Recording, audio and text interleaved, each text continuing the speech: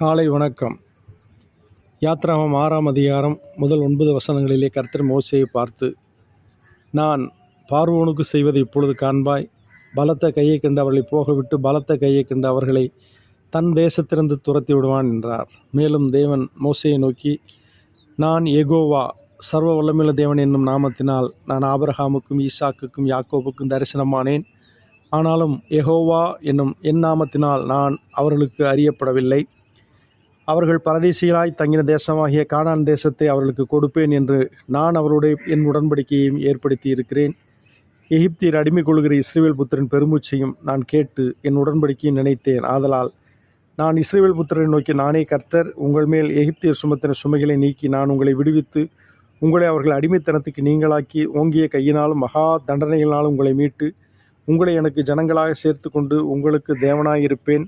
உங்கள் மேல் எகிப்தியர் சுமத்தின சுமைகளை விட்டு நீக்கி உங்களை விடுவிக்கிற உங்கள் தேவனாய கர்த்தர் என்று அறிவீர்கள்.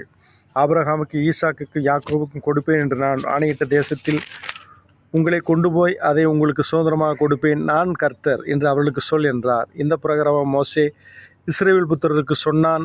அவர்களோ மன மடிவினாலும் கொடுமையான வேலையினாலும் மோசேக்கு செவி கொடாமற் போனார்கள்.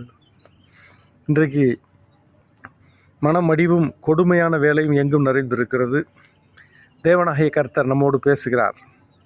நான் உங்களை விடுவிப்பேன், உங்களை மனமடிவிலிருந்து விடுவிப்பேன், கொடுமையான வேலையிலிருந்தும் அடிமைத்தனத்திலிருந்து விடுவிப்பேன் என்று கர்த்தர் சொல்கிறார். அவர் சர்வ வல்லமையுள்ள தேவனாக வெளிப்பட்டார். இப்பொழுதோ யெகோவா என்னும் நாமத்தில் வெளிப்படுகிறார்.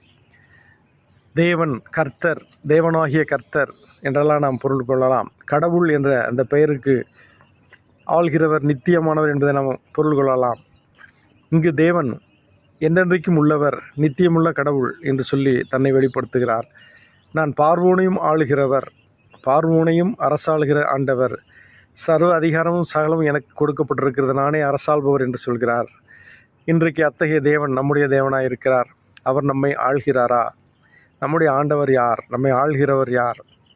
நம்முடைய மாம்சமும் சுயமும் இந்த உலகத்தின் ஆசாபாசங்களும் இச்சைகளும் நம்மை ஆண்டு கொண்டிருக்கிறதா? அல்லது கர்த்தர் நம்மை ஆள்கிறாரா? யெகோவா என்னும் நாமம் உள்ள தேவன் நம்மை ஆண்டு கொண்டிருக்கிறாரா?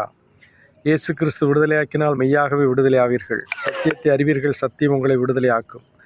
ஆவி எங்கே உண்டு அங்கே விடுதலை உண்டு. இங்கு கிறிஸ்து விடுதலை செய்யும்படியாக நலமுமான பாலும் தேனும் ஓடுகிற தேசத்திலே சேர்க்க, சுமைகளை நீக்கி விடுவிக்க அவர் வருகிறார். சர்வ வல்லமையுள்ள தேவனே, எங்களை ரட்சித்தருளும், எங்களை விடுவித்தருளும், எங்களை காப்பாற்றும். உம்முடைய சமயம் எங்களை ஆசீர்வதிக்கட்டும். இயேசுவின் நாமத்தில் ஆமேன்.